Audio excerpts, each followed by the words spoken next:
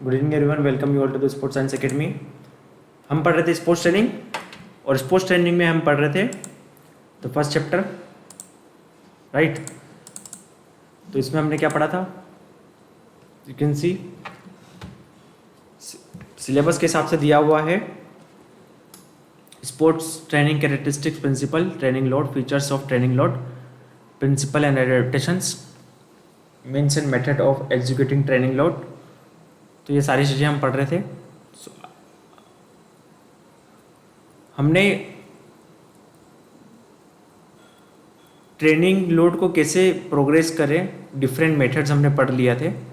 Linear method, step method, summated method, concentrated loading, conjugated sequence loading paradigm, flat loading, sequence of training load, intensity. ठीक है, तो let's start. यहाँ तक हमने पढ़ लिया था। कल का मैं थोड़ा सा रिवाइज कर देता हूँ जो एंड में हमने पढ़ा था, और कुछ ऐड ऑन कर देता हूँ। तो यहाँ तक हमने पढ़ लिया था। इसके आगे हम पढ़ेंगे load parameters, intensity, volume, density, ये सारी चीज़ें पढ़ेंगे। उसके बाद adaptations, super compensation, over training and over reaching, ये सारी चीज़ें हम आज पढ़ेंगे। ठीक है, और ये फर्स्ट यूनिट आज एंड हो जाएगी। अगर आपको ऐसा कुछ सिमिलर, ऐसा ही सेम आपको अगर यूट्यूब पे कुछ मिलता है कंटेंट, मतलब बुक तो है, अगर सेम एग्जैक्ट पीपीटी आपको मिलती है किसी और यूट्यूब चैनल पे, तो ऐसा मत समझना कि मैंने उसका कॉपी किया है। इन द फर्स्ट पेज ही वो माई स्टूडेंट। ठीक है, तो नोट्स अब मैं क्यों आपको पीडीएफ पे टैग मार्क लगा के देता हूँ, क्योंकि उसने सेम मेरी पीपीटी से पढ़ाया है और सेम यूट्यूब पे भी अपलोड किया, तो वो पता चल गया था। ठीक है, तो ये आपको एग्जैक्ट दिख सकते हैं किसी चैनल पे यूट्यूब के, सेम यही वाली पीपीटी एग्जैक्ट। तो वो मेरी बैच का एक स्टूडेंट था जिसने पढ़ाया था, है ना, मैंने उसकी कॉपी नहीं की है। तो रिकॉर्डिंग तो स्टार्ट कर दी है, लेट्स स्टार्ट फॉरवर्ड। तो training sequence, let me remind the yesterday's topic, volume. Volume अगर हम बात करें तो हमने देखा था टोटल हम कितना ट्रेनिंग का वॉल्यूम है, मीन्स कितना टाइम तक एक्सरसाइज कर रहे हैं, कितना ड्यूरेशन तक कर रहे हैं, कितना फ्रीक्वेंसी है, सॉरी कितने टोटल मेजरमेंट, कितना अमाउंट ऑफ ट्रेनिंग कितना है, इसको हम बोलते हैं वॉल्यूम। इसके दो टाइप थे, relative volume and absolute volume, right. Volume अगर हम बात करें तो डिफरेंट तरीके हैं वॉल्यूम मेजर करने के लिए। जैसे टाइम एंड ड्यूरेशन हो गया, टाइम और ड्यूरेशन के हिसाब से, है ना। अगर वेट ट्रेनिंग या डिस्टेंस कवर्ड हो गया रनिंग के हिसाब से देखें तो, राइट। और अगर वेट ट्रेनिंग देखें तो sets into repetitions into resistance, इसका टोटल प्रोडक्ट वॉल्यूम हो जाएगा। तो ये होता है वॉल्यूम डिफरेंट। वॉल्यूम के दो टाइप देखे थे हमने, relative volume and absolute volume. Relative volume क्या होता है? The amount of time a group of athlete or team dedicated to training during a training session or phase of training, right। तो यहाँ पे क्या बात कर रहे हैं हम रिलेटिव की, तो पूरा जो ट्रेनिंग सेशन है ना, उसमें हम कितना ग्रुप ऑफ एथलीट पूरे ट्रेनिंग सेशन में कितना टाइम दे रहे हैं, पूरे ट्रेनिंग सेशन में, ओवरऑल ट्रेनिंग सेशन में कितना टाइम दे रहे हैं पर्टिकुलर, तो रिलेटिव वॉल्यूम हो जाएगा। मोर स्पेसिफिकली तो इसका इस्तेमाल नहीं होता है ना, रिलेटिव वॉल्यूम का इतना स्पेसिफिक इस्तेमाल नहीं होता है। एब्सोल्यूट वॉल्यूम की हम बात करें, which is measures of amount of work that individual perform per unit of time. ये टोटल ट्रेनिंग सेशन का था, क्या था? रिलेटिव। रिलेटिव जो हमने देखा वो पूरी टोटल ट्रेनिंग सेशन का था। एब्सोल्यूट वॉल्यूम क्या है? पर्टिकुलर इंडिविजुअल कितना वर्कआउट करता है, अमाउंट ऑफ वर्क करता है पर्टिकुलर इंडिविजुअल, कितना हम परफॉर्म कर रहे हैं पर यूनिट ऑफ टाइम, ये क्या हो गया? एब्सोल्यूट। तो इन दोनों में क्या डिफरेंस है? बड़ा कौन सा है? टोटल क्या है? रिलेटिव है। जिसमें हम ग्राउंड पे जा रहे हैं, इतनी देर मैच कर रहे हैं, उसमें हमारा कितना रोल है, ये एब्सोल्यूट हो गया। पर्टिकुलर इंडिविजुअल का कितना परफॉर्मेंस है, कितना वर्कआउट कर रहा है वो ग्राउंड पे, तो वो पूरे 2 आवर्स तक है, पर वो कर रहा है 1.5 आवर। क्लियर है? Relative and absolute, yes, okay. Next, intensity. अब ये क्या है, क्वालिटेटिव कंपोनेंट है। मैंने जैसे आपको बताया था सब्जेक्टिव है, क्वालिटेटिव है। इसका मतलब क्या है कि पर्टिकुलर इंडिविजुअल कितना एफर्ट लगा रहा है किसी भी वर्कआउट करते टाइम, किसी भी वर्कआउट करते टाइम। अकॉर्डिंग टू कोमी, या ऑथर या साइंटिस्ट या रिसर्चर ने डेफिनेशन दी है, उसके हिसाब से intensity in relationship to power output, opposing force और वेलोसिटी प्रोग्राम, उसके हिसाब से दिया गया है कितना हम एफर्ट लगा रहे हैं, हम कितना हम पावर आउटपुट दे रहे हैं। जो भी हम वर्क करते हैं, डिस्टेंस बाय टाइम, राइट, जो भी हम वर्कआउट करते हैं उसमें हम क्या लगाते हैं, एफर्ट लगाते हैं, एफर्ट। तो हम कितना एफर्ट लगा रहे हैं और कितना फोर्स लगा रहे हैं, हम कितनी स्पीड से हम किसी भी काम को कर रहे हैं, तो ओवरऑल सारे फैक्टर्स मिला के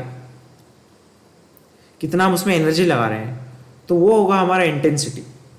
तो उसके हिसाब से देखिए तो more work the athlete perform per unit time, the higher the intensity. 1 minute, सबके लिए वॉइस ब्रेक हो रही क्या? हेलो, आवाज सबको ब्रेक हो रही क्या?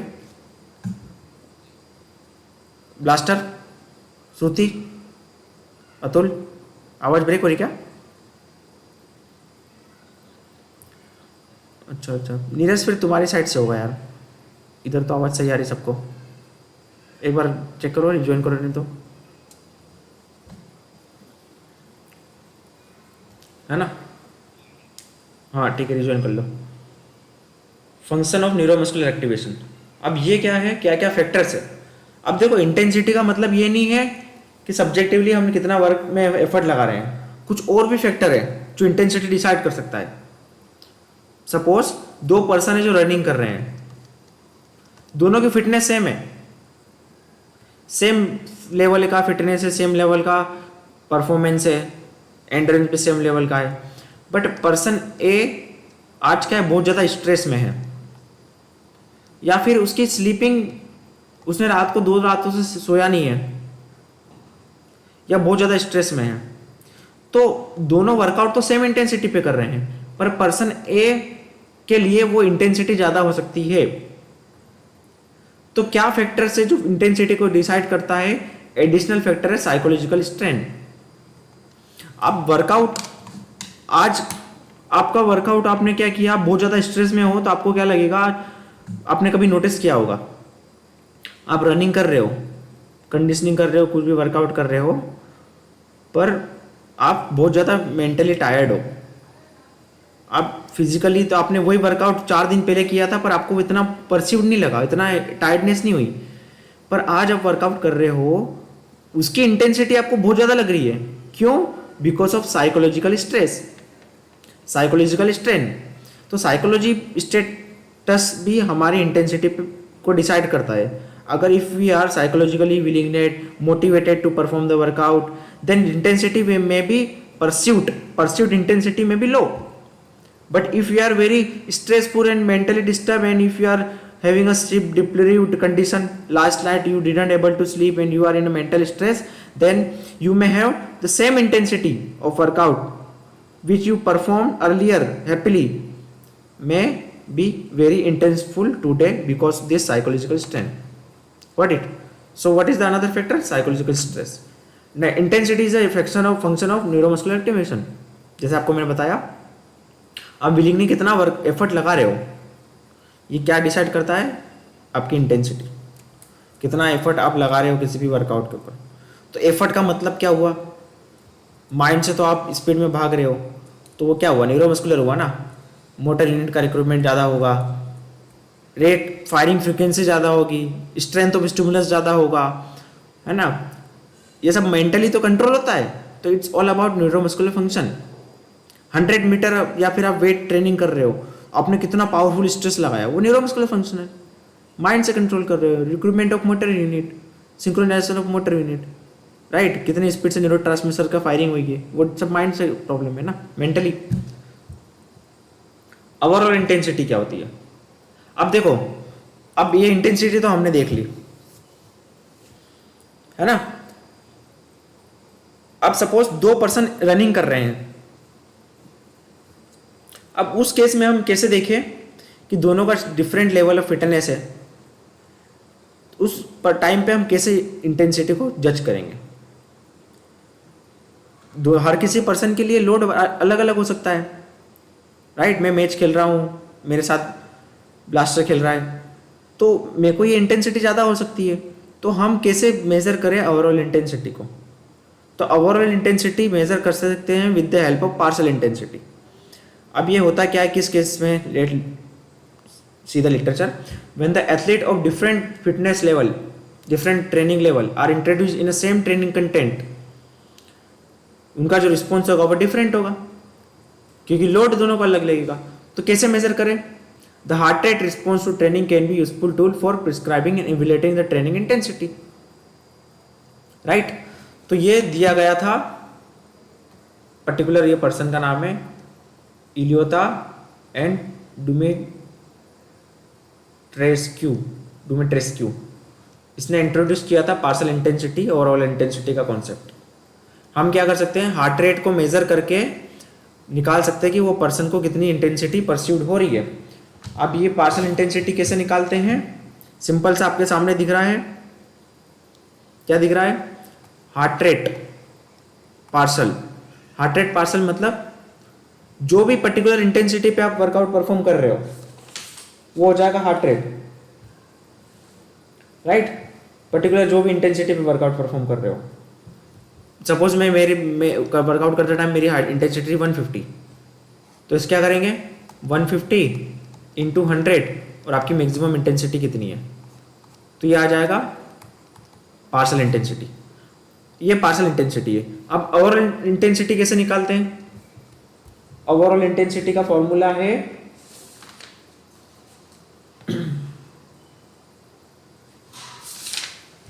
बताता हूं आपको।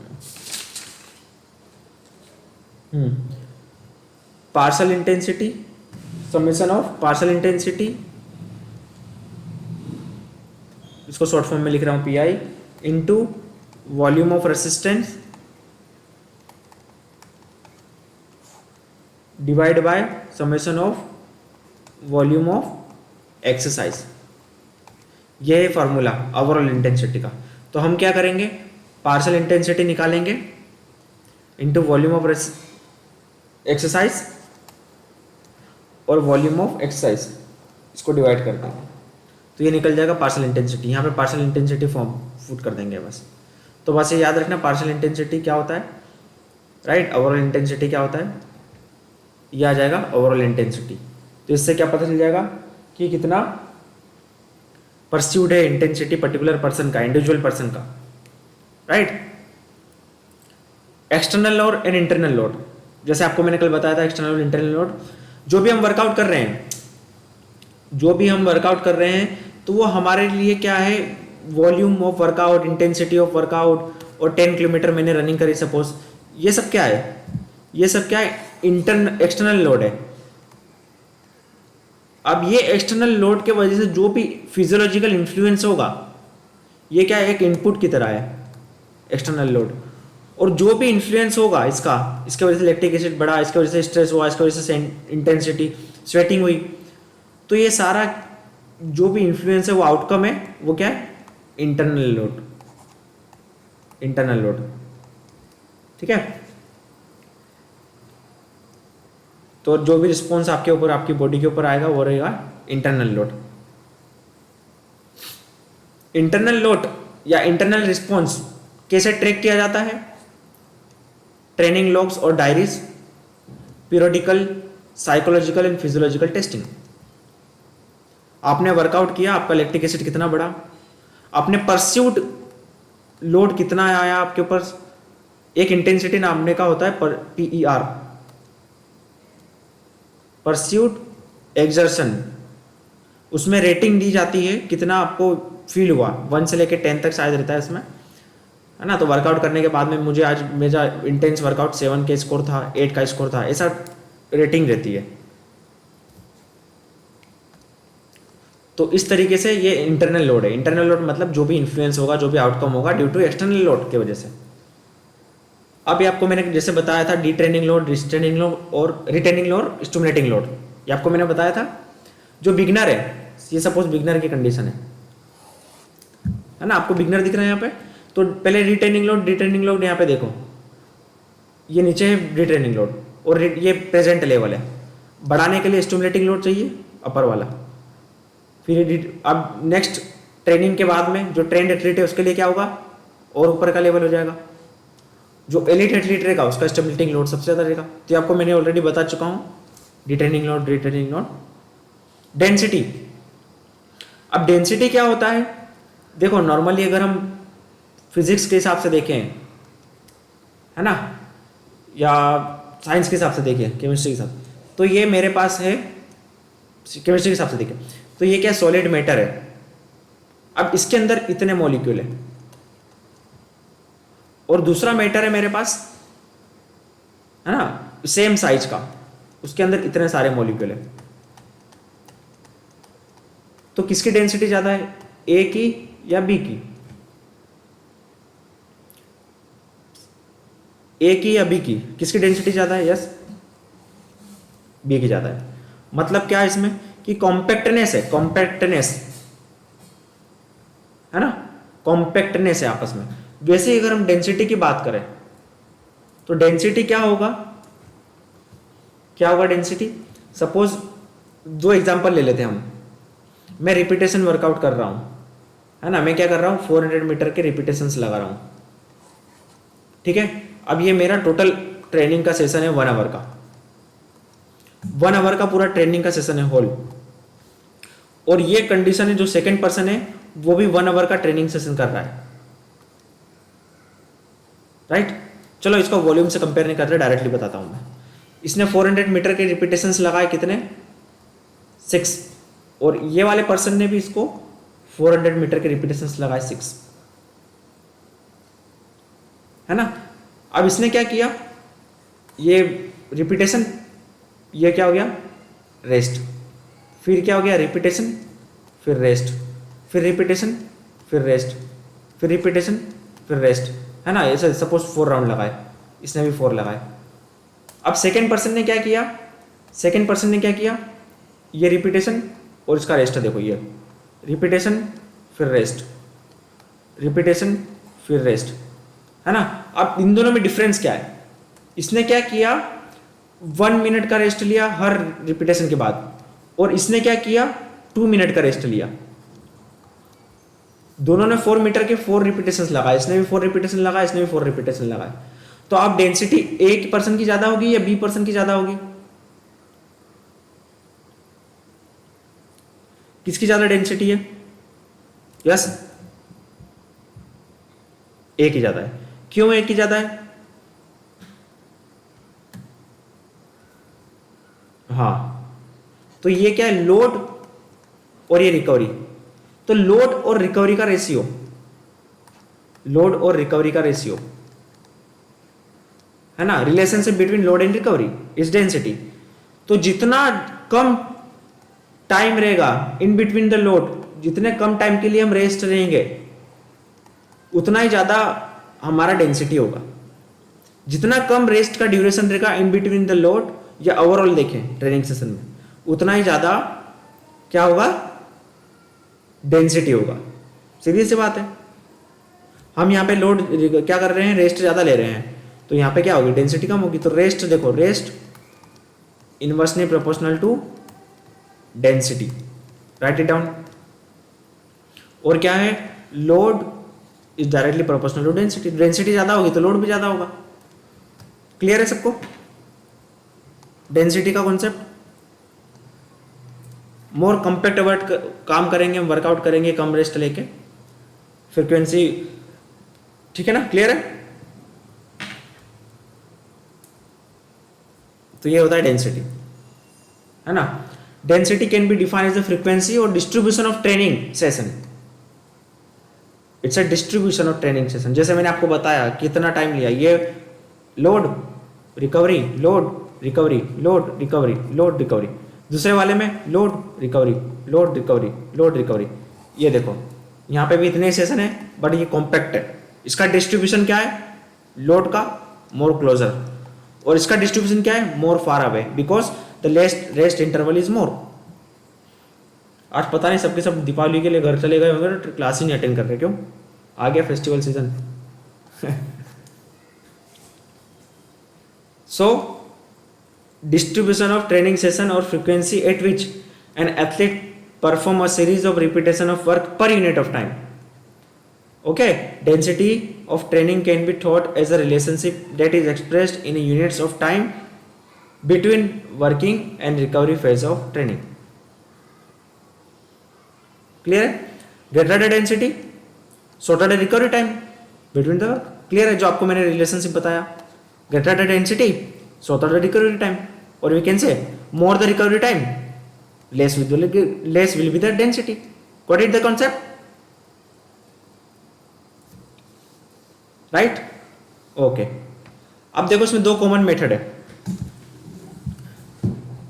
रेस्ट इंटरवल की जो हम बात करते हैं कि कितना रेस्ट दे बीच में, ये डिसाइड किया जाता है। आप जैसे रनिंग कर रहे हो तो या तो आप डिस्टेंस की देख सकते हो ना, आपको आप रिपीटेशंस कर रहे हो तो आप ये देख के डिस्टेंस सकते हो कि मैं 400 मीटर की रनिंग करूंगा और 100 मीटर की रिकवरी लूंगा।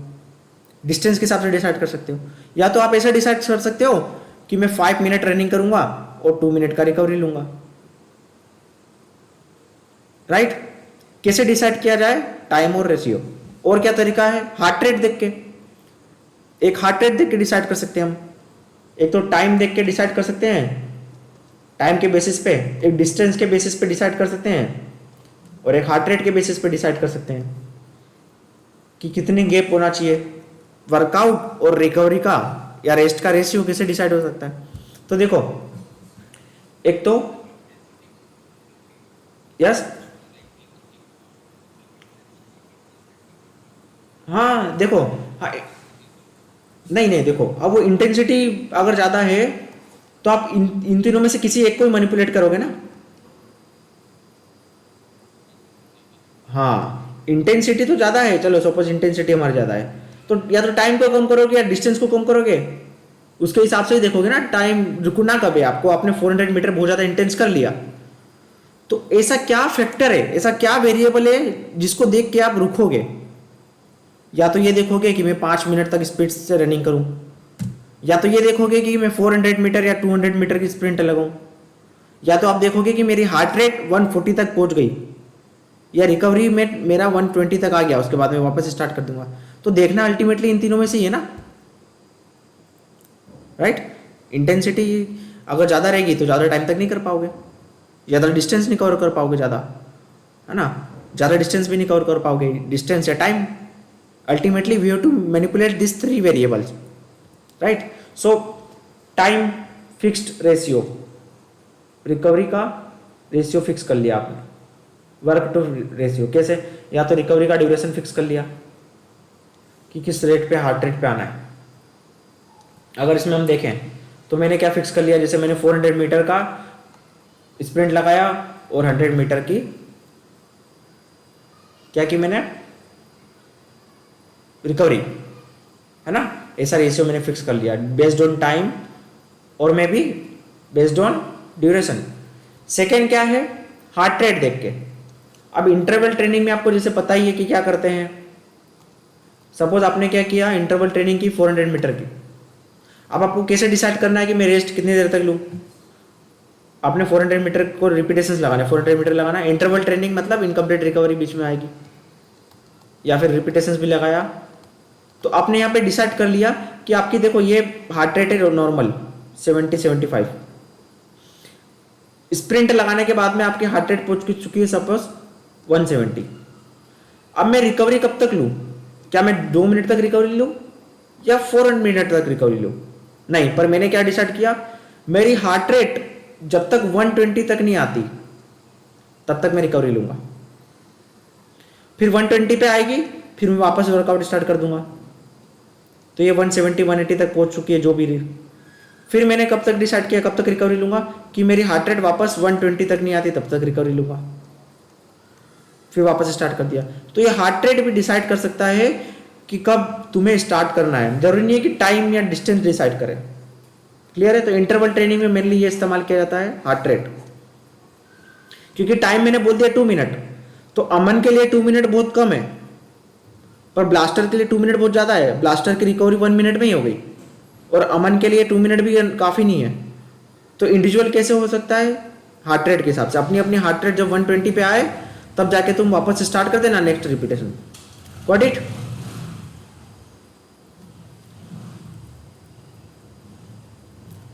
है ना? तो हार्ट रेट को भी 2 तरीके से कर सकते हैं हम। या तो मैंने बीट्स पर मिनट देख लिया, या आपको मैंने एक बताया था टारगेट हार्ट रेट, वो carbonate method, target heart rate का परसेंटेज निकाल के। एक ही बात है, उसमें अल्टीमेटली हम हार्ट रेट को भी मॉनिटर कर रहे हैं, राइट?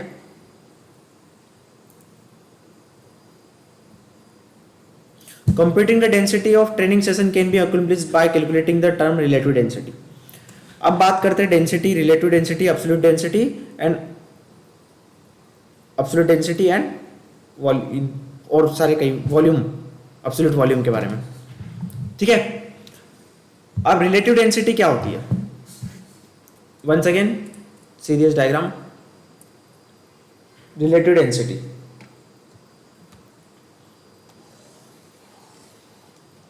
ये है टोटल वर्कआउट। इसको नहीं ऐसे देखते हैं, या वर्कआउट के लिए गए हो, है ना? Percentage of work the athlete perform compare to total volume within the training session.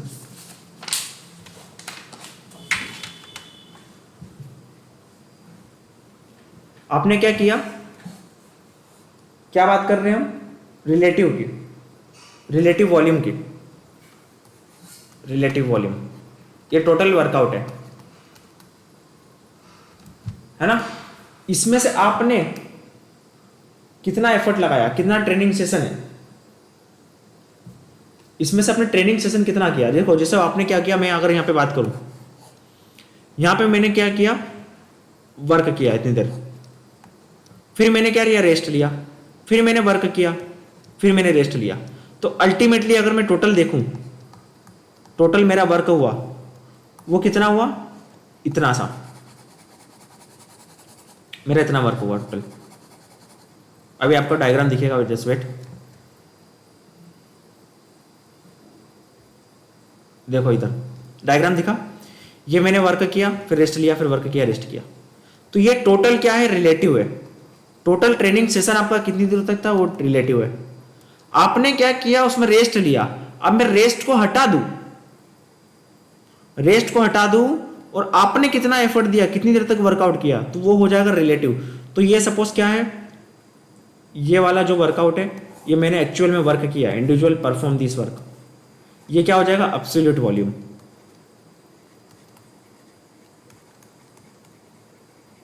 और ये जो बचा हुआ सपोज ये क्या, रेस्ट है, इस टाइम पे मैंने एक्टिव नहीं किया। तो आपको रिलेटिव वॉल्यूम और एब्सोल्यूट वॉल्यूम समझ में आया? Absolute relative volume, the amount of time do you total workout you have given, total volume of work that individual perform, total volume of work, और relative volume total amount of time for a training session। ठीक है? ये क्या है, training session में कितना time दिया आपने। अब इसमें देखो, इसमें क्या क्या चीजें रहती है। हम ग्राउंड पर जब जाते हैं तो कई बार कूल डाउन भी हो जाता है, कई बार लिवरिंग डाउन होता है, कई बार आप बीच में रिकवरी लेते हो। तो ये क्या है, ये टाइम थोड़ा सा ट्रेनिंग सेशन का पार्ट नहीं है सपोज। तो आपने यहाँ पे ट्रेनिंग सेशन में कितना टाइम दिया, वो क्या, एब्सोल्यूट वॉल्यूम। ये डायग्राम बना लो या तो फिर इसका स्क्रीनशॉट ले लो, इसके बाद आप कभी नहीं कंफ्यूज हो गए। Got it? Difference between relative volume and absolute volume, right? Any doubt? Malar, Neeraj, Atul, Shruti, clear है? ओके, तो you can see on the screen relative volume अब तो हमने देख लिया। अब रिलेटिव डेंसिटी क्या होती है, राइट? अभी आपको रिलेटिव वॉल्यूम समझ में आ गया। अब रिलेटिव डेंसिटी क्या होती है? Relative density ratio between effective work. देखो रिलेटिव डेंसिटी का मतलब, देखो रिलेटिव याद रखना माइंड में, यहां पे क्या बात कर रहे हैं हम? टोटल। और ये क्या है? एब्सोल्यूट, है ना? अब एब्सोल्यूट डेंसिटी पहले क्या देख लेते हैं हम, रिलेटिव एब्सोल्यूट देखें, एक मिनट, पहले रिलेटिव देख लेते हैं। Percentage of volume of work the athlete perform with total volume with in the training session. तो आपको मैंने क्या बताया, बिगर क्या है? बिगर क्या है? एब्सोल्यूट वॉल्यूम बड़ा है कि रिलेटिव वॉल्यूम बड़ा है? यस, टोटल क्या था? टोटल वर्क, ठीक है, क्या था?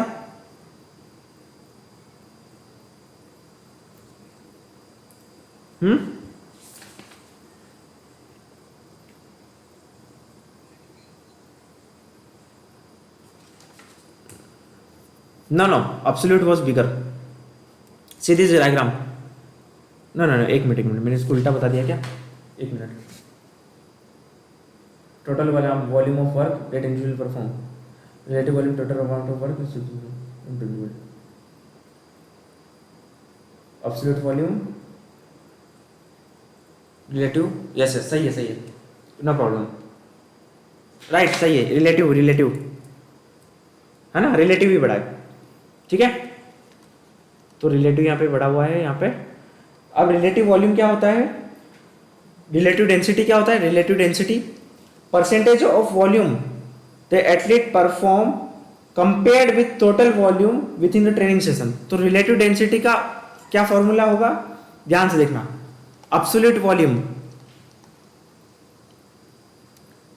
वॉल्यूम इनटू, लिखो ये, absolute volume multiply by 100 divide by relative volume.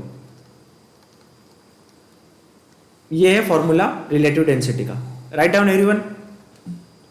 By chance आपको एमसीक्यूज में आ गया रिलेटिव वॉल्यूम और रिलेटिव एब्सोल्यूट वॉल्यूम दे दिया, तो ये छोटा सा आपको क्वेश्चन, अगर आपने फॉर्मूला याद है तो आप आसानी से कर पाओगे, है ना? तो रिलेटिव क्या था? ये टोटल, उसमें से आप इतनी देर तक वर्कआउट कर रहे हो, उसका परसेंटेज। रिलेटिव बड़ा था ना, तो टोटल में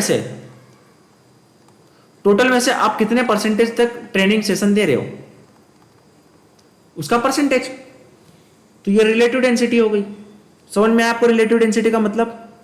रिलेटिव वॉल्यूम मतलब आपने टोटल वॉल्यूम जो बिगर था, उसमें से आपने एब्सोल्यूट वॉल्यूम कितना किया, एब्सोल्यूट वॉल्यूम कितना किया, ये हो गया रिलेटिव वॉल्यूम, रिलेटिव डेंसिटी। इसका फॉर्मूला लिख लिया हमने।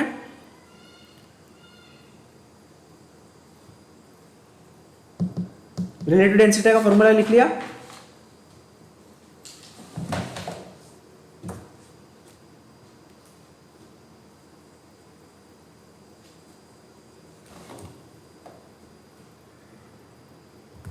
नेक्स्ट, अगर अब बात करें हम रिलेटिव एब्सोल्यूट डेंसिटी की। अब एब्सोल्यूट डेंसिटी क्या होता है? एब्सोल्यूट डेंसिटी, अब आपको यहां पे समझ में आएगा दोनों में डिफरेंस, ये देखने के बाद। क्या? हाँ राइट, आपको देखो अभी ये डिफरेंस समझ में आएगा, ये देखने के बाद में आपको रिलेटिव डेंसिटी और क्लियर होगा। अभी सिर्फ आपने रिलेटिव डेंसिटी देखा ना, तो अभी ये देखने के बाद आपको और ज्यादा क्लियर होगा कि रिलेटिव डेंसिटी होता क्या है। देखो ये क्या है? Ratio between, write down everyone, write down, ratio between effective work, everyone write down, effective work N athlete perform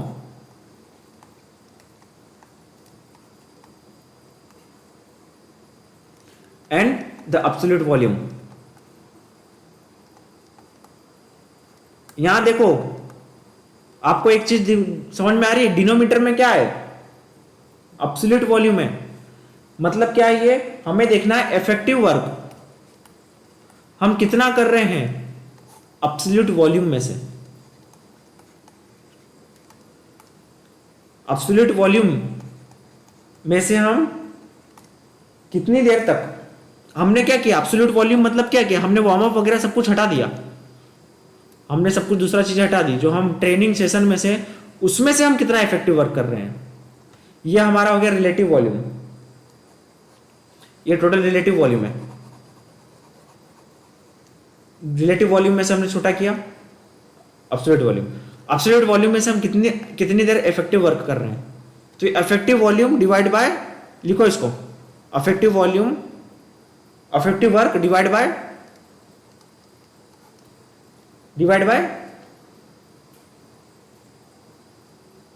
absolute volume.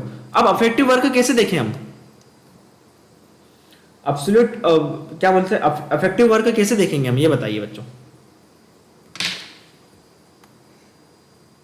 देखो मैं आपको एक डायग्राम बनाता हूं, देखो अभी आपको समझ में आ जाएगा, कोई सिंपल सी चीज है बहुत। देखो ये है मेरा टोटल वर्कआउट का सेशन, मैंने सबसे बड़ा क्या बताया आपको, सबसे बड़ा क्या है, टोटल वॉल्यूम, टोटल पूरा ग्राउंड जाने से लेकर सब कुछ, क्या है वो, रिलेटिव या एब्सोल्यूट है बच्चों, वो क्या है, relative, RB, relative volume. Suppose आपने कितना वर्कआउट किया, 120 मिनट आपने दिया पूरा ग्राउंड पे, आपने उसमें से क्या किया, उसमें से क्या किया, एब्सोल्यूट वॉल्यूम इतना है, आपने 100 मिनट दिया एब्सोल्यूट वॉल्यूम, मतलब ट्रेनिंग सेशन में, उसमें से भी आप इफेक्टिव इतना है, ये क्या हो गया, इफेक्टिव, इफेक्टिव एफर्ट आपने लगाया, इफेक्टिव वर्क आपने किया। अब इसमें बीच में क्या हो सकता है, आप खड़े रह सकते हो, पासिंग नहीं आई होगी आपके पास, आप ऐसे ही मतलब जो भी टाइम वेस्टिंग है जिसमें आपने वर्कआउट नहीं किया, ये हो गया लिमरिंग डाउन, कूलिंग डाउन, ये सब कुछ रेस्ट वगैरह मिला के, और हम कट कर दे तो इसमें आपने काम किया। मैंने ये डायग्राम नोट डाउन कर लो, इस वाले पार्ट में अपने रियल में एफर्ट लगाया, तो ये क्या हो गया बच्चों, इफेक्टिव वर्क। और ये सपोज क्या हो गया आपका, क्या हो गया, रेस्ट बचा हुआ, ये क्या हो गया, रेस्ट हो गया। अब आप इफेक्टिव वर्क कैसे निकालोगे, अब मुझे बताओ कि इफेक्टिव वर्क कैसे निकालोगे,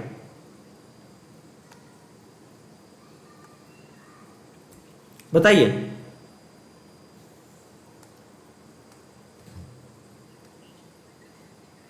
हाँ किससे माइनस कर देंगे,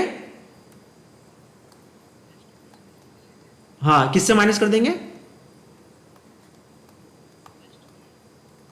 एब्सोल्यूट वॉल्यूम से माइनस कर देंगे ना, ये इसमें से हम रेस्ट पीरियड को माइनस कर देंगे, ये वाले पीरियड को। Yes, very good. तो आप समझ में आएगा, तो आपको इफेक्टिव वर्क कैसे निकालेंगे, effective work absolute volume, absolute volume minus volume of yes rest interval, volume of rest interval divide by, लिखो सब, एब्सोल्यूट वॉल्यूम।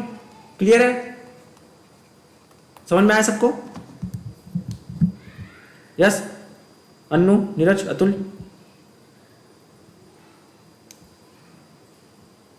ठीक है। अब समझ में क्या होता है, अब दोनों में डिफरेंस क्या था, वो वाला क्या था जो हमने इसके पहले क्या देखा था, रिलेटिव वॉल्यूम। रिलेटिव वॉल्यूम क्या था, वो रिलेटिव वॉल्यूम क्या था, उसका फॉर्मूला, यस बोलिए, absolute volume into 100 divide by relative volume.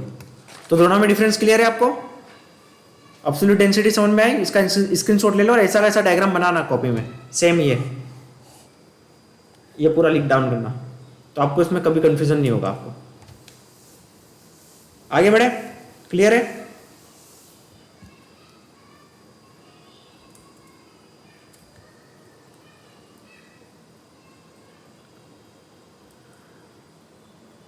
Index of overall demand, index of overall demand क्या होता है? इसमें सभी का प्रोडक्ट, बस इतना सिंपल सा है। इसमें मतलब ओवरऑल इंटेंसिटी, कितना पर्टिकुलर एफर्ट टोटल, मतलब जो भी है आउटपुट लग रहा है, absolute density into absolute volume divide by, अब ये याद रखना, डिवाइड बाय 10,000, राइट डाउन। आपको सपोज कभी क्वेश्चन में दे दिया जाए ओ आई, ए डी और ए बी, ये आपको दे दिया जाए, बोले कि इंडेक्स ऑफ ओवरऑल डिमांड निकालो, एमसीक्यूज में सपोज दे दिया, तो कैसे निकालोगे आप? बहुत सिंपल सा क्वेश्चन है, फॉर्मूला अगर पता नहीं तो बहुत डिफिकल्ट हो जाएगा। बहुत ही ज्यादा सिंपल है ना? अगर फॉर्मूला नहीं पता तो बहुत ज्यादा डिफिकल्ट हो जाएगा। जो भी है, सपोज मैंने दे दिया आपको ये 50 दे दिया 50%, या आपको दे दिया 70%, और ये दे दिया आपको 30%, तो प्रोडक्ट क्या बन जाएगा? सिंपल सी बात है, इसका प्रोडक्ट निकाल लोगे, टोटल कर लोगे, 50 इंटू 70 इंटू 30 डिवाइड बाय 10,000 कर लेना।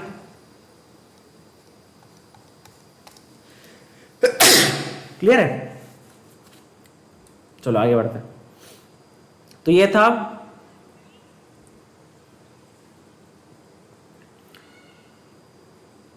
Very good question.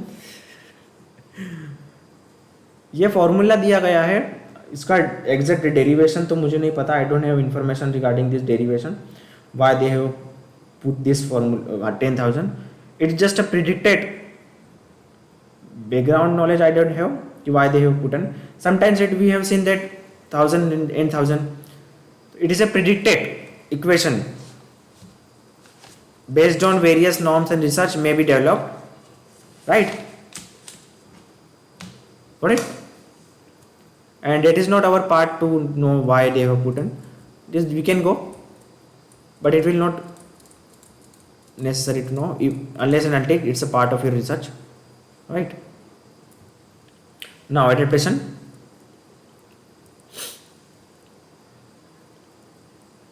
अब बात करते हैं एडेप्टेशन। ये था हमारा पैरामीटर्स। सारे पैरामीटर्स क्लियर है सबको? आगे बढ़े।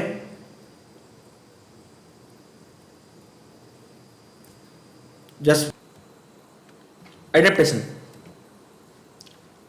अब एडेप्टेशन क्या होता है, बहुत ज्यादा थ्योरेटिकल में जाऊंगा नहीं मैं, है ना? मतलब जो आपको पता है वो चीज़ें बताऊंगा नहीं मैं आपको, बहुत सारी चीज़ें आपको इसके बारे में पता है। जब भी हम कुछ वर्कआउट करते हैं, जो भी वर्कआउट करते हैं हम, कुछ ना कुछ उसका स्ट्रेस होता है हमारी बॉडी के ऊपर। वो क्या करता है, हमारी बॉडी के होमियोस्टेसिस को बिगाड़ता है ना? तो ये क्या है, सपोज ये हमारा बेसलाइन है, ये फिटनेस लेवल है। अब मैंने वर्कआउट किया तो मेरा क्या होगा, फिटनेस लेवल मतलब परफॉर्मेंस लेवल डाउन चले जाएगा, फटीक आ जाएगी। कहने का मतलब क्या है, फटीक, राइट? फटीक के बाद में मैंने क्या किया, रिकवरी ली। ये क्या, रिकवरी। अब रिकवरी के बाद में क्या देखने को मिलेगा मुझे, कि मेरा परफॉर्मेंस लेवल इस बेसलाइन के कंपेयर में अबाव मिलेगा। तो इसे हम क्या बोलेंगे, क्या बोलेंगे, सुपर कंपेंसेशन, है ना? ये बेसलाइन लेवल था मेरा, और ये परफॉर्मेंस जो इंक्रीज्ड परफॉर्मेंस दिखा आफ्टर रिकवरी। अब ये फटीग जब होता है, जब हम इसमें स्ट्रेस डालते हैं, हमारे वर्कआउट करते हैं हम, जब हम वर्कआउट करते हैं तो यहाँ पे क्या होता है, हमारी बॉडी में बहुत सारे अल्टरनेशन होते हैं, होमियोस्टेसिस बिगड़ता है, टेम्परेचर बढ़ेगा, मसल्स में इंजरी होगी, माइक्रो टीयर होंगे, तो बहुत सारी चीज़ें होगी। और ये जब रिपीटेड होगा, ये चीज सब प्रोसेस क्या होगी, repeated.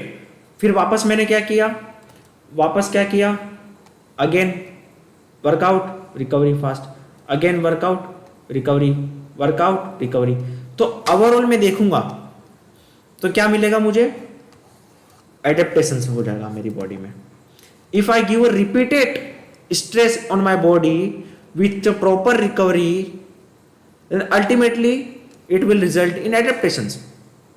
My body will become more better to that stress. तब मुझे 5 किलोमीटर 2 किलोमीटर दौड़ने में दिक्कत होती थी, आज मैं 10 किलोमीटर बड़ी आसानी से दौड़ लेता हूँ। तो आपका क्या होगा, स्टिमुलेटिंग लोड बढ़ जाएगा, that we called stimulating load, हमने बात की थी। स्टिमुलेटिंग लोड बढ़ जाएगा, फिटनेस का लेवल बढ़ जाएगा। आपकी बॉडी है जो फिजियोलॉजिकल रिस्पॉन्स करती थी पर्टिकुलर ट्रेनिंग पे, वो रिस्पॉन्स क्या हो जाएगा, ज़्यादा वर्कआउट करने पे होगा जो कम वर्कआउट में होता था। तो that is a part of adaptations. तो इस एडेप्टेशंस में आपको कई सारी टर्मोलॉजीज देखना है। फिजियोलॉजी में हम बहुत ज़्यादा जाएंगे नहीं, डेट वी ऑलरेडी स्टडीड, है ना। तो हमारी बॉडी में होमोस्टेसिस बिगड़ता है, एनर्जी सिस्टम खत्म होता है, उसको रिप्लेनिश करते हैं, रिकवरी करते हैं, अलग अलग मीडियम से रिप्लेनिश करते हैं हम, स्लीप होती है, एनर्जी सिस्टम रिकवर होते हैं। देन वी आफ्टर रिकवरी हम अपने आप को एक थोड़ा सा अपर लेवल पे देखेंगे, that is a super compensation. अब इसमें कई सारे टर्मिनोलॉजीज है, that is important for exam and for sports training part of you. जो इसके अब क्या होगा, जैसे आपको मैंने देखा है ऑप्टिमम लोड चाहिए एडेप्टेशंस के लिए। लोड अगर हम देंगे प्रॉपर तो एडेप्टेशंस होगा। प्रॉपर लोड मतलब स्टिमुलेटिंग लोड। अगर मैंने क्या दिया, लोड कम दिया तो एक रिट्रेनिंग लोड दिया तो क्या होगा, उससे परफॉर्मेंस डिक्लाइन होगा। डिट्रेनिंग लोड दिया, रिट्रेनिंग लोड दिया तो उससे मेंटेन रहेगा, और डिट्रेनिंग लोड दिया, कम लोड दिया तो उससे क्या होगा, डिक्लाइन होगा। तो ऑप्टिमम लोड चाहिए परफॉर्मेंस इंप्रूवमेंट के लिए। एडेप्टेशन से क्या होगा, आपका परफॉर्मेंस में इंप्रूवमेंट देखने को मिलेगा। एडेप्टेशन से कई सारे फिजियोलॉजिकल साइकोलॉजिकल चेंजेस होंगे जिससे आपका एक नया बेटर वर्जन दिखेगा। ठीक है, अब यहां पे क्या है, आपको कई सारे फीचर्स देखने को मिलेंगे, हम पढ़ेंगे इसमें। अब इनके बीच में जो पीरियड है ना, इनके बीच में पीरियड, फर्स्ट लोड आया, सेकेंड लोड आया, थर्ड लोड आया, तो ये लोड के बीच का पीरियड है ना, एक ऑप्टिमम होना चाहिए। अगर ये बहुत ज्यादा गैप रहा तो ये ग्राफ ज्यादा नीचे चले जाएगा। ठीक है, परफॉर्मेंस ज्यादा, आपने पहले दिन रनिंग करी 1 किलोमीटर, मतलब आप वर्कआउट करते जा रहे हो और आपने किसी दिन ले लिया 20 दिन का गैप, तो क्या होगा, क्या फिटनेस लेवल वही रहेगा? नहीं। तो इसको क्या बोलेंगे, इन्वोल्यूशन। क्या बोलेंगे इस टर्म को, इन्वोल्यूशन। जब हमारा ग्राफ नीचे चलेगा, वो क्यों जा रहा है, because frequency of load decreases. आपने पहला लोड दिया, उसके बाद में कई दिनों तक आराम किया, फिर दूसरा लोड दिया, तो इसको क्या बोलेंगे, involution. Before reaching involution we have to give another load, before reaching to this point we have to put another load, then again recovery, then another load. Got it? Clear है यहां तक सबको? और अगर एक्सेसिव लोड मिलता है body को तो ओवरलोडिंग सिंड्रोम, जिससे परफॉर्मेंस क्या होगा, डिक्लाइन होगा। तो it's all about load and recovery, it's all about manipulation of load and recovery. Proper load, proper recovery, proper load, proper recovery. Got it? यही करते हैं स्पोर्ट्स ट्रेनिंग में। अब देखो, ये आपको देख सकते हो प्रिपरेटरी फेज में, यहाँ पे मैंने इंप्रूवमेंट हुआ। अब मैंने क्या किया, लोड को मैंने चेंजेस नहीं किया। अब वेरिएशन, जो प्रिंसिपल ऑफ वेरिएशन हम देखते हैं, मैंने वेरिएशन लाया नहीं माइक्रो साइकिल में, मैं वेरिएशन लाया नहीं लोड में। 5 किलोमीटर रनिंग कर रहा हूँ तो 10 महीने बाद भी 5 किलोमीटर ही रनिंग कर रहा हूँ, मैंने लोड बढ़ाया नहीं। तो परफॉर्मेंस में क्या आएगा, स्टैग्नेशन। इसको क्या बोलेंगे, प्लेटो आ जाएगा। प्लेटो कई कारण से आ सकता है, monotonous in training, monotonous in training, या फिर एक जैसा वर्कआउट करके मैं स्लो कंटिन्यूस करते जा रहा हूँ पूरे टाइम, तो क्या इंप्रूवमेंट होगा? मुझे कहीं ना कहीं इंटेंसिटी बढ़ानी है, मुझे कई बार इंटरवल ट्रेनिंग करनी है, कई बार फार्कलेट ट्रेनिंग करूंगा, कई बार टेम्पो रन करूंगा, तो अलग अलग टाइप की मेथड करूंगा, तब जाके परफॉर्मेंस इंप्रूवमेंट आएगा ना। तो ये क्या है, मोनोटोनस ट्रेनिंग की वजह से। इसमें आपने ट्रेनिंग लोड नहीं बढ़ाया, ओवरऑल ट्रेनिंग लोड नहीं बढ़ाया, या ट्रेनिंग में वेरिएशन नहीं लाया। आप लोड तो बढ़ा दिया, सपोज आप स्लो कंटिन्यूस करते जा रहे हो, आज 5 किलोमीटर, कल 15 किलोमीटर, बट आपने फास्ट कंटिन्यूस कभी किया नहीं, कभी इंटरवल ट्रेनिंग किया नहीं, तो उस वजह से भी आ सकता है। तो प्लेटो के 2 कारण है, due to same load, keeping the same load throughout the training periodization, same load. और दूसरा प्लेटो का कारण है due to monotonous in training, monotonous in training मतलब एक जैसा, due to lack of variety. तो this are the 2 reason of plateau. Got it? Write it down, the 2 reason of plateau in training, in performance. First one is monotonous in training, keeping the same type of training, आपका दिमाग भी bore हो गया, no further neuroplasticity, no further development of your neuron connections और no further variety in movement. और second one is same training load throughout the phases, 5 kilometre ही running करते जा रहा हूँ। Got it? आप जैसे देखो, आपको ये मैंने अब बताया था, ये आपने ट्रेनिंग की है, इसकी वजह से परफॉर्मेंस इंप्रूवमेंट हुआ। तो पहले आपका लेवल था ये, फिर करंट लेवल ये आ जाएगा, फिर आपका स्टिमुलेटिंग लोड बढ़ जाएगा, तो आपका जो परफॉर्मेंस है वो बढ़ते जाएगा। Is a part of adaptation. ठीक है, पहले आप 5 किलोमीटर में थक जाते थे, अब आपके लिए 10 किलोमीटर नॉर्मल है एकदम। तो ये क्या है, प्रेजेंट परफॉर्मेंस एडेप्टेशन के साथ में आपका जो बेसिक लेवल है, बेसलाइन लेवल है, वो बढ़ता जाएगा, साथ ही साथ आपका स्टिमुलेटिंग लोड बढ़ते जाएगा। राइट, है ना? ये देख सकते हो आप। आपको क्या करना है, प्रोग्रेसिव लोड करना है, प्रोग्रेसिव लोड। आज मैं 5 किलोमीटर रनिंग कर रहा हूं तो कल 6 किलोमीटर करूंगा, कल 7 करूंगा, ये समझाने के लिए बोल रहा हूं आपको मैं। अगर मैंने क्या किया, सेम रखा, 5 किलोमीटर रनिंग करते गया, तो क्या होगा, प्लेटो में डिक्रीज कर गया, 5 किलोमीटर, 4 किलोमीटर, 2 किलोमीटर, तो क्या होगा, डी ट्रेनिंग। तो optimum load is important. Through this graph you can understand progression of load is very important. ऊपर की साइड जाना चाहिए, स्टिमुलेटिंग लोड हमेशा देना चाहिए। अगर मैंने रीट्रेनिंग लोड दिया तो प्लेटो, और डी ट्रेनिंग लोड दिया तो maladaptation, decreasing training, detraining. Now super compensation, आपको क्या मैंने बताया, सुपर कंपेंसेशन का मतलब during recovery phase all the substance which are depleted restored. जो भी आपके इसमें होमेस्टेसिस बिगड़ा, जो भी चेंजेस हुआ, टेम्परेचर में चेंजेस, मसल्स में माइक्रो टीयर, सब कुछ रिस्टोर हो जाएगा। ये रिस्टोर होने के बाद में आपको एक आपका नया लेवल देखने को मिलेगा परफॉर्मेंस का, that is a super compensation. Performance level improve as compare to the pre activity level. What is super compensation level? Your performance level was this, now this increases to the new level, now this is the pre activity level, this is the new baseline of your performance, that is a super compensation. Training load which has produced a super compensation effect is termed as standard load, and standard load cannot be further improved with training। तो ये क्या है, आपका जो मैंने बताया था आपको कि आपका जो स्टिमुलेटिंग लोड था, आने वाले टाइम पे वो डी ट्रेनिंग लोड बन जाएगा। क्लियर है? After occurrence of super compensation load, the load should be increased during the next adaptation। तो वही सारी चीजें सेम जो आपको मैंने बताया। राइट, रेगुलर ट्रेनिंग करने की वजह से एडेप्टेशन आपको देखने को मिलेगा, है ना? कंडीशंस फॉर एडेप्टेशन, क्या क्या कंडीशंस है? हाई लोड, ऑप्टिमम लोड चाहिए, ठीक है? बिगनर्स में सुपर कंपेंसेशन जल्दी आएगा, बिगनर्स में एडेप्टेशन जल्दी आएगा, है ना? और जो एलाइट एथलीट्स हैं उसमें जो इंप्रूवमेंट है वो कम देखने को मिलता है, इतनी आसानी से देखने को नहीं मिलता है। Long interval in training, reduction in training load break that adaptation process. अगर हमने क्या किया, ट्रेनिंग में ज़्यादा ब्रेक है, तो जो आपको मैंने बताया था इनोवोल्यूशन, उससे क्या हुआ, एडेप्टेशन में इफेक्ट आएगा। लॉन्ग इंटरवल इन ट्रेनिंग और reduction in training load breaks, ठीक है?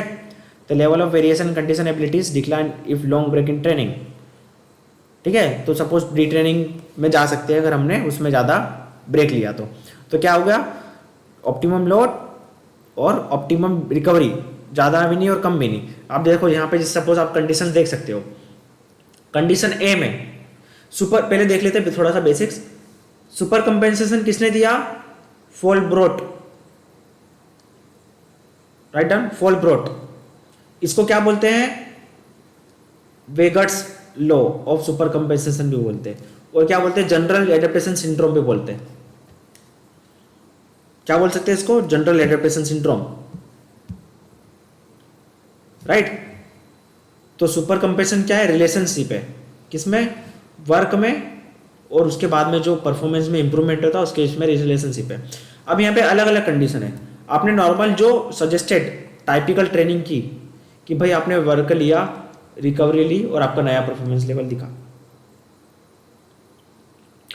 ठीक है, अब आपने क्या किया, वर्कलोड ज़्यादा लिया और आपने एक ऑप्टिमम, जैसे हम क्या करते हैं रेगुलर ट्रेनिंग सेशन में क्या करते हैं, हम है ना ज़्यादा पूरी कंप्लीट रिकवरी नहीं लेते।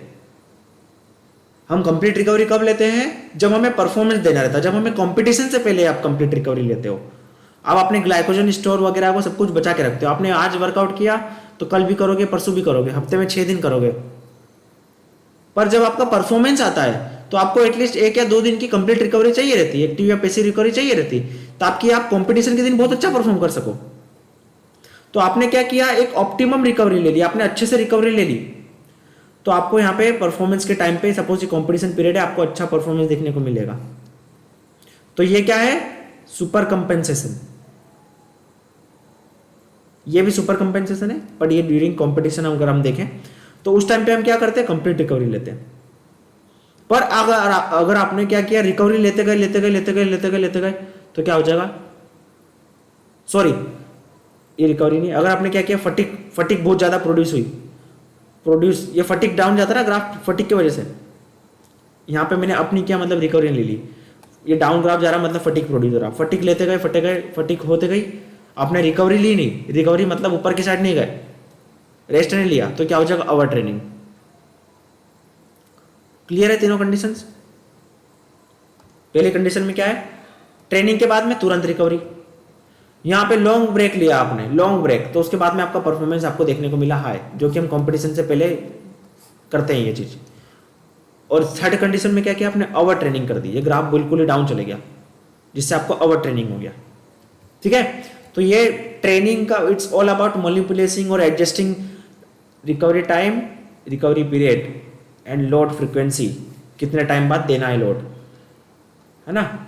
टेपरिंग, ओवर रीचिंग है, आप चीजें आपने सुनी होगी।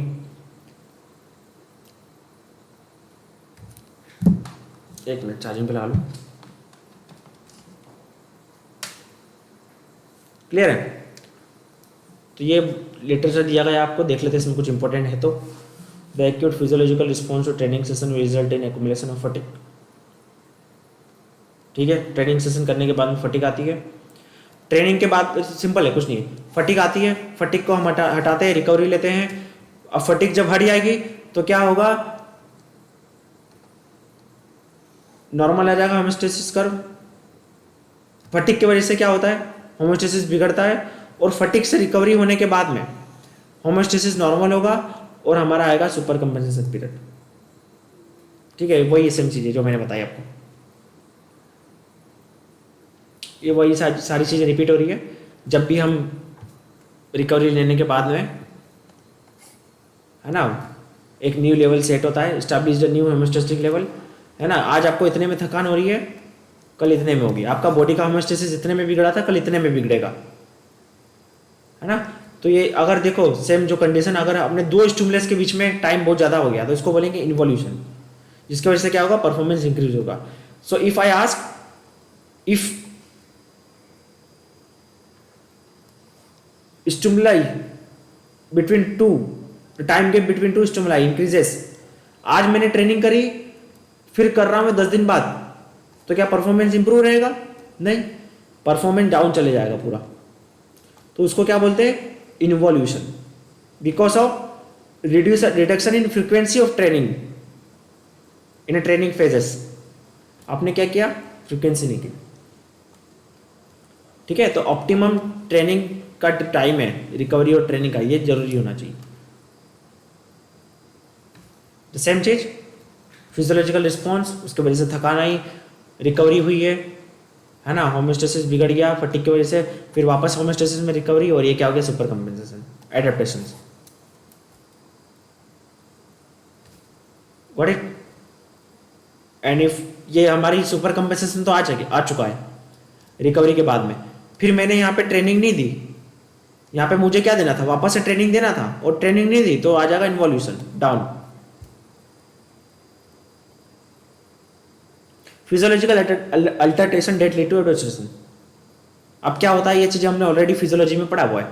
Neuromuscular adaptation, recruitment of motor unit, increasing motor unit, ये ऑलरेडी वी हैव डिस्कस्ड। इसको एक और बार हम स्ट्रेंथ में पढ़ेंगे, जब हम स्ट्रेंथ के बारे में पढ़ेंगे एडेप्टेशंस में और पढ़ेंगे इन चीज़ों को। Hypertrophy, mitochondrial signalling, rate coding, ये सारी चीज़ें आपको पता चल जाएगी, डोंट वरी। अगर आपको ये नहीं पता है तो अभी आगे जाके पता चल जाएगा। मेटाबॉलिक एनर्जी सिस्टम हमने पढ़ा है, कार्डियोवास्कुलर चेंजेस क्या आते हैं, सारी चीज़ें हमने पढ़ा है कि नया VO2 max बढ़ेगा, ब्लड कैपिलरीज बढ़ेगी, होमोग्लोबिन बढ़ेगा, उसके बाद एडेप्टेशंस होते हैं। ठीक है, तो ये this all we have study, और जिसमें कुछ कुछ चीज़ें आगे जाके पढ़ने को मिलेगा आपको। Training phases, preparedness, compensation, stable और pre competitive adaptations, state of reduction for competition. Now training phases, यहां तक क्लियर है सबको? Yes, okay. Preparatory and competitive are combined with different type of adaptations. Preparedness, gradual and temporary adaptation to training during early part of training plan. Adaptation increased work capacity, increased tolerance to high training demand। देखो अब adaptations के अलग अलग phases हैं। आपने नया नया working training start किया तो सबसे पहले क्या होगा, आपकी एडेप्टेशन होगा, आप स्टार्टिंग में ज़्यादा वर्कआउट नहीं कर पाते थे, आप क्या करोगे, आपकी वर्क कैपेसिटी बढ़ जाएगी। पहला एडेप्टेशन, प्री एडेप्टेशंस बोलेंगे उसको। प्री एडेप्टेशंस में क्या होगा, आप स्टार्टिंग में वर्कआउट ही नहीं कर पाते थे, परफॉर्मेंस तो दूर की बात है, पहले आप 1 आवर तक वर्कआउट तो करो। तो ये that is a part of adaptations, it's early period of training, that is a pre adaptation phase. हम डिफरेंट एडेप्टेशंस के फेजेस की बात कर रहे हैं, ठीक है, कि कैसे एडेप्टेशन होता है। सेकेंड है कंपेंसेशन। अब हमने क्या किया, हम 1 घंटे तक वर्कआउट करने लग गए। अब मैंने देखा यार मैं वर्कआउट तो कर रहा था, रनिंग तो कर रहा हूँ, अब मेरी रनिंग में थोड़ी सी स्किल आ गई है, अच्छे से रनिंग कर पा रहा हूँ, मेरी स्ट्राइड लेंथ खुल गई है, मुझे मतलब एफिशिएंसी बढ़ गई है मेरी वर्कआउट की, अब मैं थकान कम हो रही है और मेरी स्पिरिट में भी इंप्रूवमेंट दिखा थोड़ा सा। तो ये पॉजिटिव चेंजेस आएंगे, तो इसको बोलेंगे कंपेंसेशन। आप नए हो, बिगिनर हो, आप जैसे ही ट्रेनिंग में उतरोगे तो क्या होगा, आप 30 मिनट तक वर्कआउट कर पाओगे, तो सबसे पहले क्या होगा, आपका वर्क कैपेसिटी बढ़ेगी ना। तो ये प्री एडेप्टेशन का पार्ट था। सेकंड से कंपेंसेशन, आपने ट्रेनिंग में कुछ पॉजिटिव चेंजेस देखने को मिले, पॉजिटिव चेंजेस देखने को मिले माइनर से, testing skill, proficiency, high training demand के साथ में आप हाई इंटेंसिटी वर्कआउट भी कर पा रहे हो, है ना। फिजियोलॉजिकल एफिशिएंसी आपने को कुछ कुछ देखने को मिली, टेक्निकल ट्रेनिंग पोटेंशियल आपका देखने को मिला। आप पहले बारबेल उठा नहीं पा रहे थे, आपने मैकेनिकल एफिशिएंसी, आप अच्छे से मूवमेंट आपका स्मूथ हो रहा है अच्छे से वेट ट्रेनिंग के टाइम पे, तो that is a compensation. Next stable और प्री कॉम्पिटिटिव एडेप्टेशंस। अब क्या हुआ, many training load lead to social psychological stressor have to be planned and like a competition station. इसमें क्या हुआ, आपका और ज़्यादा इंप्रूवमेंट देखने को मिला। थर्ड फेज, हेडिंग्स लिख लेना सारी, ठीक है। इसमें क्या हुआ, आप कंपटीशन में आए, यूज्ड बहुत टेक्निकल एंड टेक्निकल प्रोफिशिएंसी आपने सीख ली, ठीक है, सारे फैक्टर्स सीख लिए। अब आपको थोड़ा सा हो गया 1 साल का ट्रेनिंग का टाइम, समझ लीजिए। आपको पता है कि किस टाइम पे क्या एक्शंस लेना है, किसको पास देना है, कब देना है, थोड़ा सा आप में टेक्निकल एबिलिटी आ चुकी है, राइट। तो that is the next level of improvement. State of readiness for competition. Now इसमें क्या है, फाइनली आप कॉम्पिटिशन में उतर रहे हो और आप फाइनली सारी चीज़ें आपने एक्वायर्ड कर ली है, एबल टू साइकोलॉजिकली भी आप स्ट्रेस को एडेप्ट कर रहे हो और फाइन। तो ये फेजेस है एडेप्टेशंस के। तो हेडिंग लिख लेना, प्री एडेप्टेशंस, हेडिंग लिख लो सब, प्री एडेप्टेशन, कंपेंसेशन, स्टेबल और प्री कॉम्पिटिटिव एडेप्टेशन और state of readiness for competition. लिख ली सबने headings.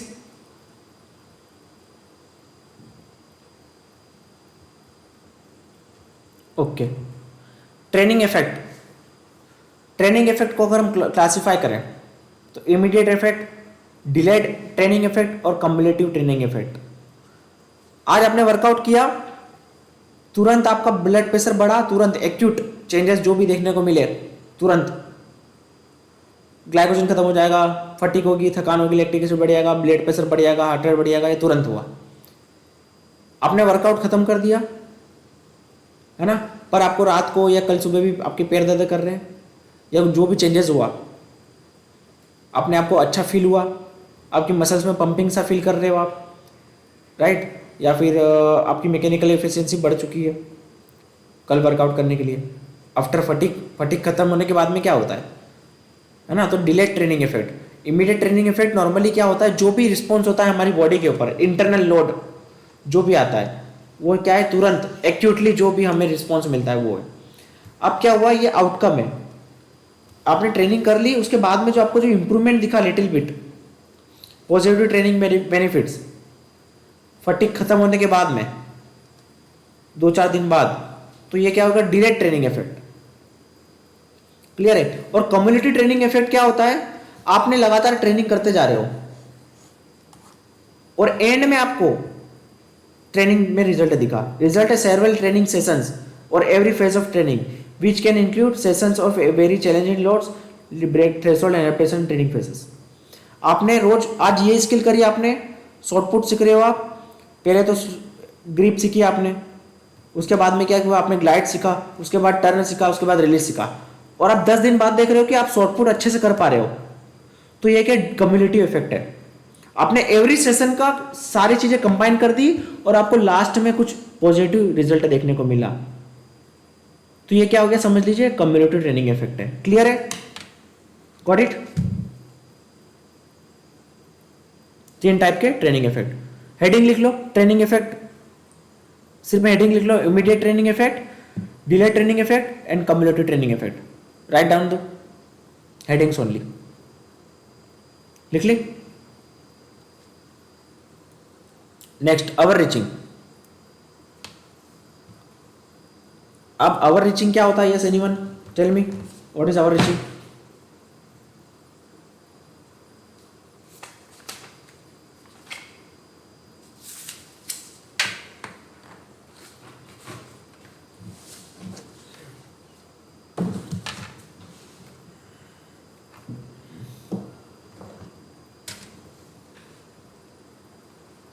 No, that is our training. You are just taking negative now due to performance decreases. Yes, now that is our training, Malan. The difference between our reaching and our training is that it is a planned. We induce our reaching. Willingly we induce our reaching for the performance benefit. It's a short term decrement in performance. हम क्या करते हैं, training को ज़्यादा कर लेते हैं। अवर training देखो, ये हमारा सपोज सुनो, suppose this is my optimum training load, this is my suppose optimum training load. ये डायग्राम बनाओ, ऑप्टिमम लोड नाउ, बट मैंने ऑप्टिमम लोड को क्रॉस कर दिया। अभी दिखेगा आपको, नहीं दिख रहा डायग्राम, अभी दिखेगा। तो ये क्या है, over reaching.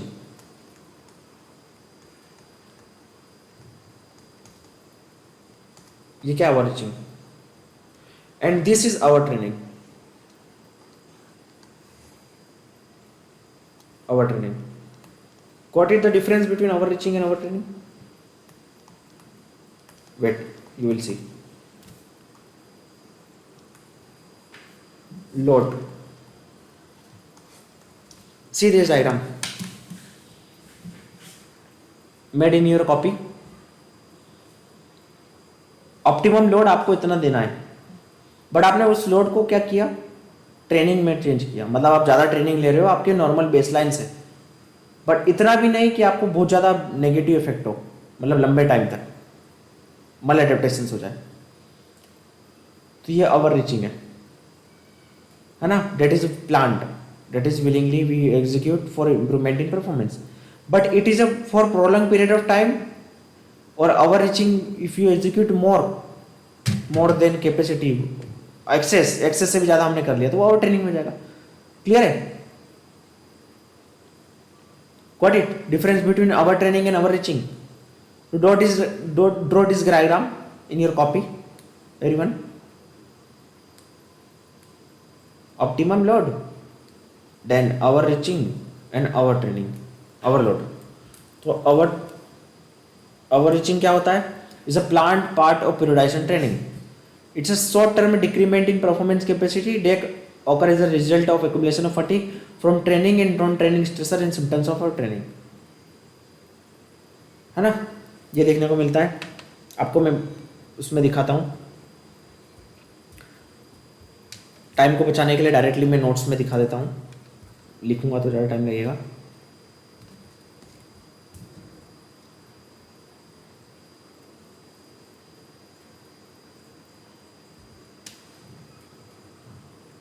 Just 10 minutes more,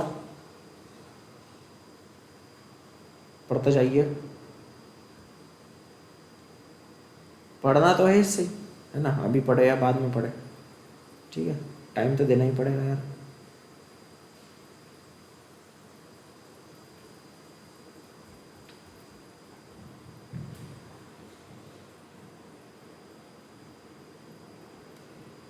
देखो ओवर रीचिंग और ओवर ट्रेनिंग में डिफरेंस देख लेते हैं हम, क्या होता है ओवर रीचिंग और ओवर ट्रेनिंग।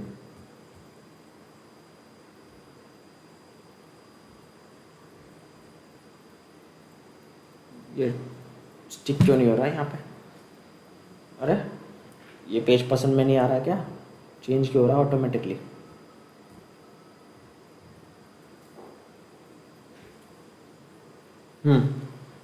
देखो ओवर रीचिंग क्या है? व्हाट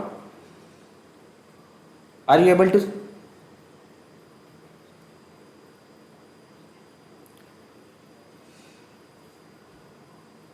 हमारे खुद के लिखे हुए नोट्स क्यों भेजूं मैं? है इतना टाइम लगा के खुद से लिख के पढ़ के शॉर्ट फॉर्म में बनाया और मैं डायरेक्टली भेज दूं ग्रुप में? बताओ, भेज दूंगा आफ्टर द क्लास। ओ भेज दूंगा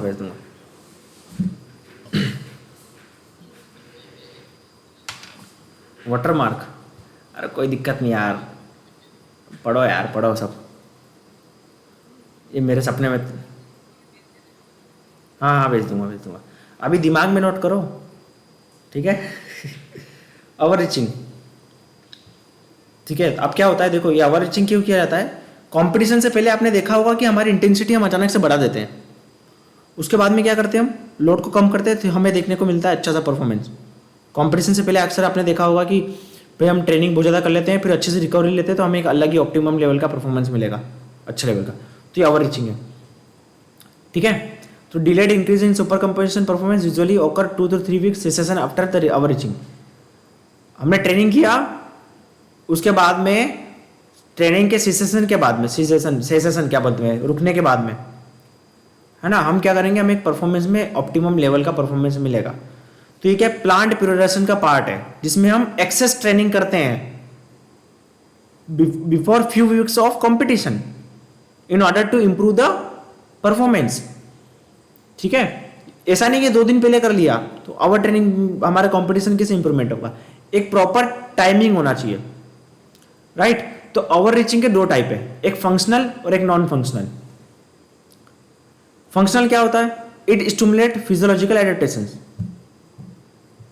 रिकवरी डेज टू वीक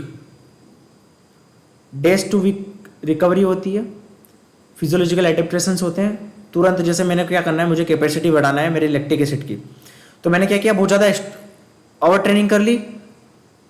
कैसे ओवर ट्रेनिंग की मैंने, सॉरी ओवर रीचिंग कैसे की मैंने इंटेंसिटी ज़्यादा बढ़ा के मैंने बहुत ज़्यादा स्प्रिंट लगाई थ्रेशोल्ड को बढ़ा के, फिर जब मैं रिकवरी लूँगा तो नेक्स्ट टाइम क्या होगा, मेरे लैक्टिक एसिड में थ्रेशोल्ड में कमी आ सकती है।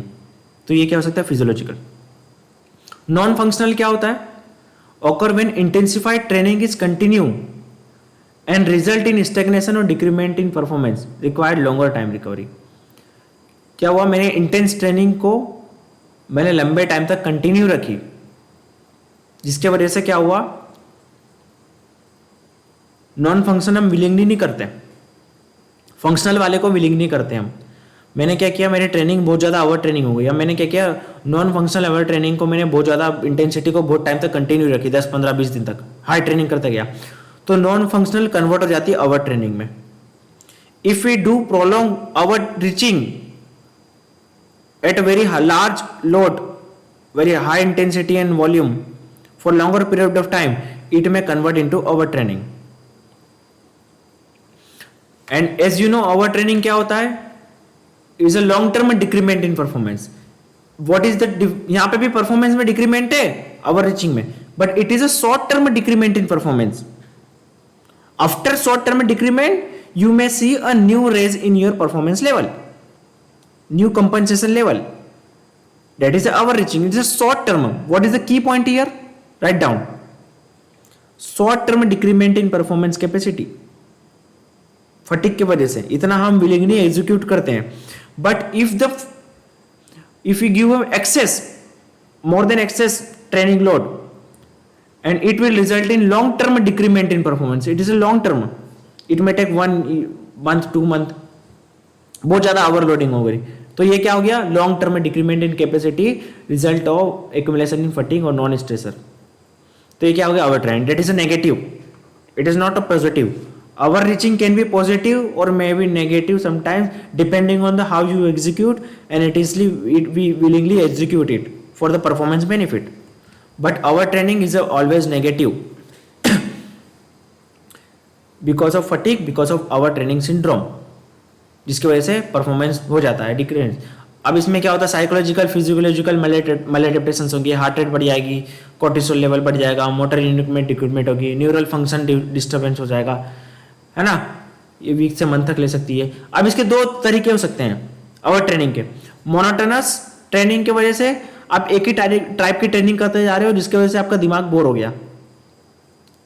Adaptation, over adaptation of CNS, एक ही चीज करते जा रहे हो रोज, केचिंग करते जा रहे हो आप, किकिंग पासिंग ये कुछ नहीं कर रहे हो आप, बस केचिंग करते जा रहे हो, तो आपको तो बर्नआउट हो जाएगा ना, बोर हो जाओगे. CNS स्टिमुलस सेम टाइप का जा रहा है. ओवर वर्क का मतलब आप इंटेंस ट्रेनिंग कर रहे हो लंबे टाइम तक आपने हाई लोड करते जा रहे हो, तो ये ओवर ट्रेनिंग हो गया. डिफरेंस समझ में आया दोनों में? Yes, over training and over reaching, got it?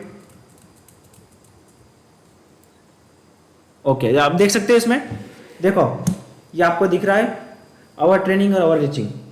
ये एक्यूट फटीग है जो हम रोज एक्सरसाइज करने के बाद में देते हैं, वो एक दिन का होता है जिससे परफॉर्मेंस इंक्रीज होगा. ये क्या है, ओवर रीचिंग. ओवर रीचिंग क्या होता है, 2 टाइप का, फंक्शनल नॉन फंक्शनल. फंक्शनल वाला जो हम विलिंगली करते हैं, ठीक है, इसमें क्या होगा, टेम्परेरी परफॉर्मेंस डिक्रीज हो जाएगा, ये डे से वीक तक का हो सकता है. Non functional week to month decrease और no change in performance, right. ठीक है, इससे कोई हमें बेनिफिट मिले या नहीं मिले. और क्या हो गया, ओवर ट्रेनिंग, जो मंथ से लेके कितने टाइम तक भी हो सकता है, जिसका अल्टीमेटली परफॉर्मेंस डिक्रीज ही होगा और ये नेगेटिव होगा हमेशा, है ना. और यहाँ पे फटीग देखें, फटीग का लेवल देखें, तो फटीग का लेवल बढ़ते जाएगा, ट्रेनिंग इंटेंसिटी बढ़ते जा रही है, सिम्टम्स आपको ज़्यादा देखने को मिलेंगे हर चीज़ में. ओवर ट्रेनिंग यहाँ पे पीक लेवल पे, गॉट इट? क्लियर है एवरीवन? Okay fine. तो ये सेम चीज़ है, ओवरलोड ओवर ट्रेनिंग, जैसे आपको मैंने बताया, है ना. ये PPT में भेज दूंगा, आप पढ़ लेना.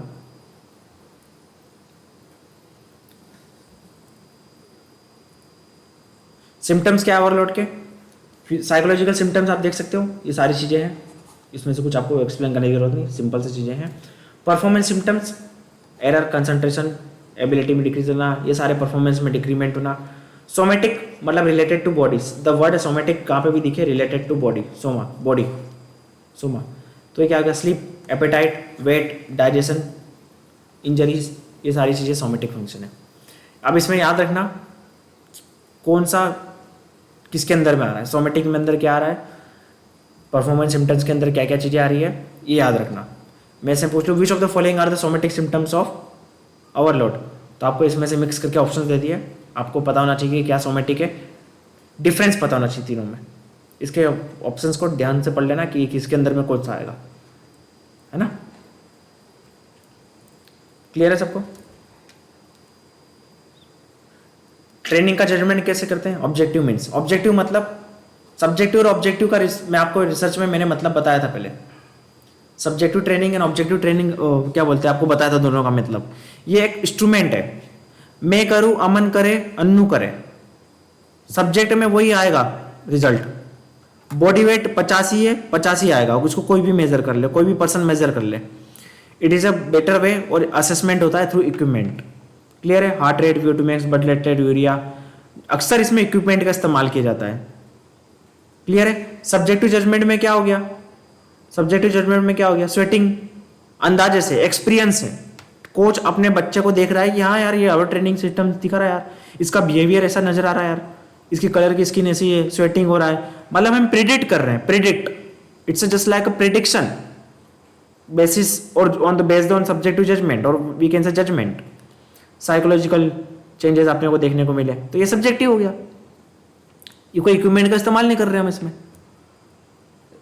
मेजर्स आपको पता ही है, ट्रेनिंग को मॉडिफाइड करो, है ना, ट्रेनिंग को कम करो, रिस्टार्ट करो, रेस्ट लो, डाइट लो, फिजियोथेरेपी, मसाज, ये सब चीज़ें आपको पता ही है। तो ये था हमारे इसके बारे में। इसमें से आपको कुछ मेजर्स कैसे करते हैं और ट्रेनिंग को,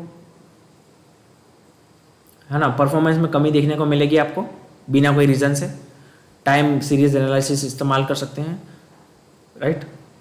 एक क्वेश्चन आयर होता है to monitor the our training, total quality recovery questionnaire, IQR scale, right down, IQR scale and series of questionnaire scale, profile mode scale, POMS and IQR scale, ये 2 scale है question आयर जिससे major करते हैं our training. Strength का हम बाद में पढ़ेंगे, तो इसमें कुछ देख लो, इंपॉर्टेंट हो तो आप देख सकते हो। आज के लिए इतना ही है। यह हमारा फर्स्ट यूनिट खत्म हो चुका है। इसमें ये पढ़ लिया हमने, ठीक है, क्लियर है सबको। अभी और पढ़ेंगे पीरियडाइजेशन में, वॉल्यूम और ट्रेनिंग कभी खत्म नहीं हुआ, इट जस्ट इंट्रोडक्शन, राइट। ये ओवरलोड, ट्रेनिंग, होमोस्टेसिस, देखता हूँ इसमें कुछ इंपॉर्टेंट है, ठीक है। Summation of load effect over a period of several weeks lead to adaptation, ये किसने बोला था? डिलेड ट्रांसफॉर्मेशन, मतलब जो आपको मैंने बताया अकॉर्डिंग टू मैथवेज, ठीक है। चलो ये भेज दूंगा मैं, नोट देख लेना।